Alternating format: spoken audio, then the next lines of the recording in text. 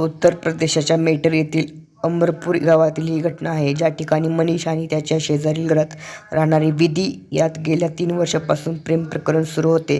परंतु अलीकडेच मनीषचे लग्न ठरले होते. विधीला घेऊन पळून जाण्याचा मनीषचा इरादा होता, परंतु विधीने त्याला नकार दिला. रविवारी रात्री मनीष विधीच्या घरी पोहोचला, ज्या ठिकाणी दोघे किचनमध्ये बोलत होते.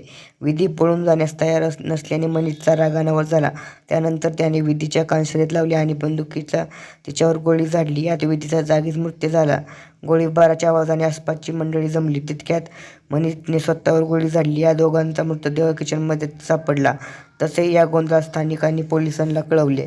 त्यानंतर घटनास्थळी पोलीस पोहोचले. पोलिसांनी दोन्ही मृतदेह ताब्यात घेतले आणि पोस्टमॉर्टमला पाठवले. तेवढ्यात तिथे पोलीस आले होते आणि मृतदेह त्यांनी पोलिसांना पाठवले. मात्र यात प्रियकराच्या घरच्यांनी वेगळाच दावा केला आहे. मनीषचा फोन करून मुलीच्या घरी बोलवण्यात आले आणि त्यानंतर त्याची हत्या केली असं सांगत मनीषच्या नातेवाईकांनी विधीच्या कुटुंबावर ऑनर किलिंगचा संशय व्यक्त केला आहे.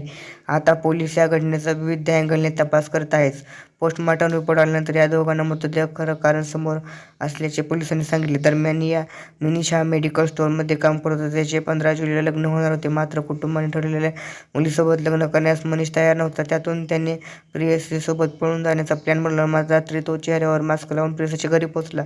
हे दोघे किचनमध्ये बोलत होते, तेव्हा मुलीची बहीण उठली. तिने दोघांना किचनमध्ये बोलताना पाहिले. रात्री 1च्या सुमारास ही घटना घडली होती. असेच व्हिडिओ पाहण्यासाठी चॅनल सबस्क्राईब करा.